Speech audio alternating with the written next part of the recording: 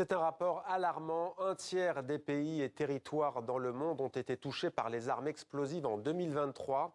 C'est donc le constat d'un rapport publié aujourd'hui par le Réseau international sur les armes explosives. Un rapport mondial qui documente mois après mois les incidents, les pratiques et les dommages causés par les bombardements et les pilonnages sur les villes et les zones peuplées en 2023. Avec nous pour en parler, Gilles Lordet, bonsoir.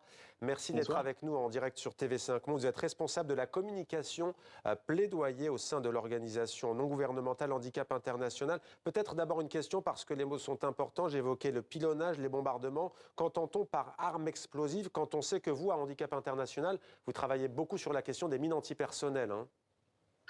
Oui, c'est exact. Alors, ce qu'on entend par arme explosive, alors c'est un ensemble, un éventail d'armes qui est très très très large. Hein. C'est toutes les armes qui provoquent une explosion, qui ont un effet de souffle. Ça va du mortier, l'obus, le missile, la bombe aérienne. Donc c'est très très large. Mais nous, à Handicap International, ce sur quoi on se focalise spécialement, c'est pas tant l'arme en tant que telle, c'est vraiment une pratique. Hein. C'est l'utilisation d'armes explosives dans des zones peuplées. Grosso modo, c'est les bombardements urbains qu'on voit quasi systématiquement dans des conflits récents en Ukraine, en Irak, en Syrie, à Gaza à l'heure actuelle. On va effectivement parler des zones noires sur le globe. L'Observatoire 2023 des armes explosives, c'est le nom officiel de ce rapport. Deuxième du genre, il n'existe pas depuis très longtemps, donc que révèle-t-il dans ces grandes lignes ? Alors oui, c'est un rapport qui est récent, puisqu'il fait suite à un accord international contre les bombardements en zone peuplée à Dublin en novembre 2022. Et donc c'est le deuxième du genre. Et il y a trois choses vraiment fondamentales qui ressortent de ce rapport. D'une part, une augmentation du nombre de populations civiles qui sont victimes des bombardements en zone peuplée. Et puis il y a une augmentation du nombre de pays, puisqu'il y en a 75, vous l'avez noté tout à l'heure, c'est un tiers des pays dans le monde. Et il permet aussi de décrire des schémas de conséquences humanitaires qui sont systématiquement liées au bombardement en zone peuplée. Donc ça, c'est important parce que ça donne des preuves assez robustes et concrètes de vraiment qu'est-ce qui se passe une fois qu'il y a des bombardements intensifs ou répétés sur des zones où il y a des populations civiles. Et enfin, troisième chose, c'est il fait une revue un petit peu des politiques et des pratiques qui sont révisées par les États qui ont signé adopter l'accord international contre les bombardements en zone peuplée. On en est vraiment au début, on est au début d'un dialogue très concret, très pratique avec les États pour savoir qu'est-ce qu'on met en place pour mieux protéger les civils contre les bombardements urbains. Alors justement, on va l'évoquer, mais tout de même, ce chiffre, ce pourcentage, 90%, selon ce rapport, 90% des victimes des armes explosives utilisées dans les villes, dans les zones urbaines, sont des civils. Est-ce que vous, à Handicap International, vous parlez de crimes de guerre ? Alors ça, c'est autre chose. Parler de crimes de guerre, il faut une enquête par un corps indépendant.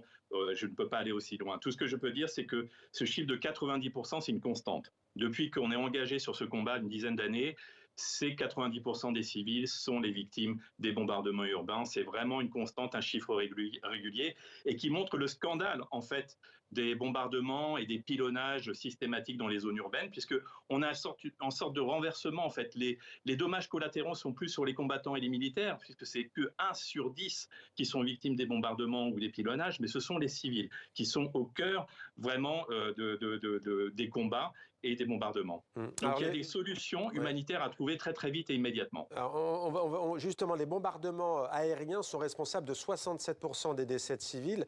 C'est ce que dit aussi ce rapport.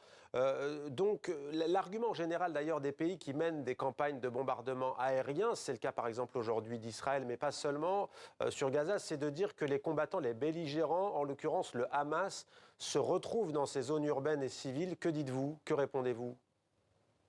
On dit qu'on n'a pas à discuter des raisons ou la justification d'un belligérant à rentrer dans un conflit.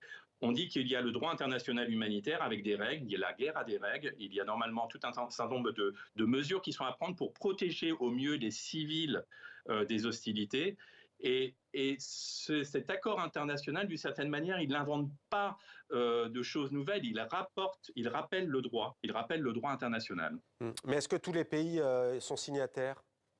Pour l'instant, on en a 87 qui sont signataires, notamment la France, l'Allemagne, le Luxembourg, la Belgique, les États-Unis et le Royaume-Uni sont signataires, donc des États important sur le plan militaire et diplomatique. Alors, augmentation en grande partie causée par l'utilisation donc d'armes explosives, notamment à Gaza, où 60% des logements et infrastructures ont été endommagés ou détruits en 6 mois d'hostilité depuis le 7 octobre, jour des attaques du Hamas en Israël. Quelle est aujourd'hui la situation à Gaza, selon vous, à Handicap International, et comment travaillez-vous? Il y a notamment, on l'évoque souvent dans l'actualité, de nombreux enfants, mais pas seulement, qui sont mutilés. Alors, on travaille, on a essentiellement des opérations, des soutiens en réadaptation auprès de personnes qui ont été blessées, qui ont eu une opération chirurgicale. Effectivement, il y a énormément d'enfants. On travaille dans des conditions très très difficiles parce qu'une grande partie de nos employés, nos équipes sont eux-mêmes, peuvent être eux-mêmes avoir été déplacés par les combats et par les bombardements. Donc, c'est des situations très difficiles où on manque de tout.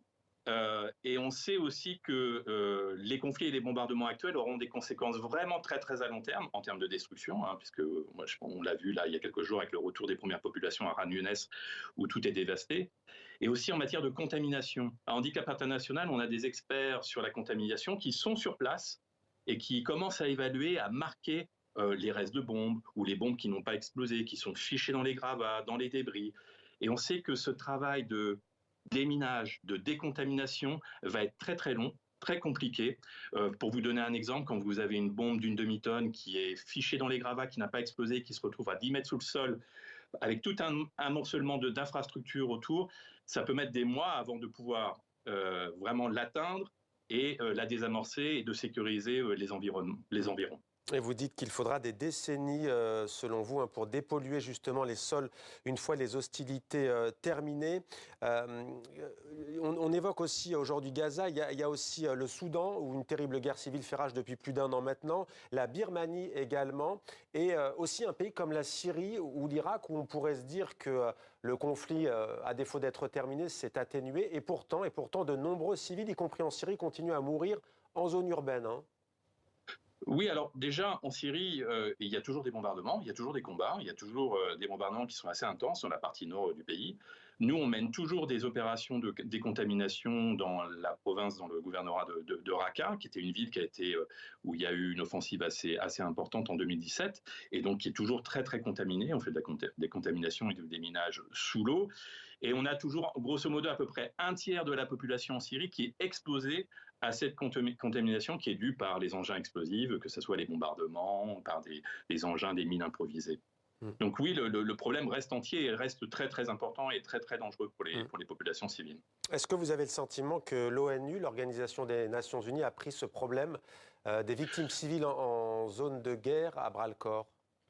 Oui, parce que vraiment les Nations Unies ont vraiment soutenu le processus diplomatique qui a permis l'adoption de l'accord international contre les bombardements en zone peuplée, qui a été adopté en novembre 2022.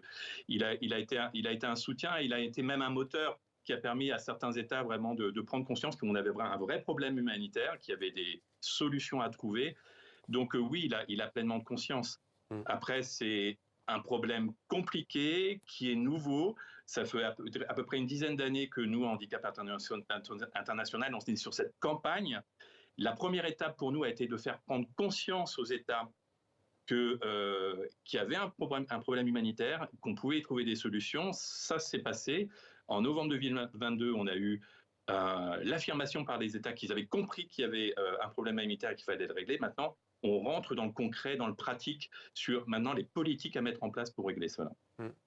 L'Ukraine, on n'a pas parlé de l'Ukraine. Est-ce qu'il y a très très peu d'images qui nous viennent de ce conflit, qu'il s'agisse de soldats tués au combat ou de civils, même si parfois, lorsque des zones résidentielles sont touchées, certaines des images nous parviennent. Que pouvez-vous nous dire sur la situation en Ukraine aujourd'hui, plus de 2 ans après l'invasion russe de ce pays? Elle est toujours extrêmement difficile et surtout, elle est dure pour les populations, à la fois physiquement, mais dans leur chair, mais aussi psychologiquement, avec énormément de gens qui sont affectés sur le plan psychologique. Et de zones, on sait, qu'ils vont être, de la même manière que Gaza, je disais, qui vont être contaminés et qui vont devenir invivables pendant très très longtemps. Il faudra des opérations de déminage assez compliquées, très très longues. À un moment, on parlait de l'Ukraine comme un des pays les plus contaminés aux bombes, justement à cause de cette campagne de bombardement massif et systématique. Un tiers des pays sont touchés, on le disait, 75 pays. Pour autant, 75 pays ne sont pas aujourd'hui en guerre sur la planète. Non, parce qu'il y a des pays qui ont encore les stigmas comme ça s'appelle, de bombardements anciens. Je vais prendre le cas de l'Irak, par exemple, qui n'est plus vraiment un pays en guerre, mais il y a encore des zones qui sont contaminées, il y a encore des zones qui sont détruites, qui ne sont pas encore reconstruites. Je pense à Mossoul encore, il y a encore des quartiers dans Mossoul qui sont encore détruits. Le problème n'est pas derrière l'Irak, il est encore entier pour des populations. Merci beaucoup Gilles Lordet d'avoir répondu à nos questions donc suite à la publication de ce rapport. Je rappelle que vous êtes le responsable de la communication et plaidoyer au sein de l'organisation non gouvernementale Handicap International. Merci à vous d'avoir été en direct sur TV5 Monde.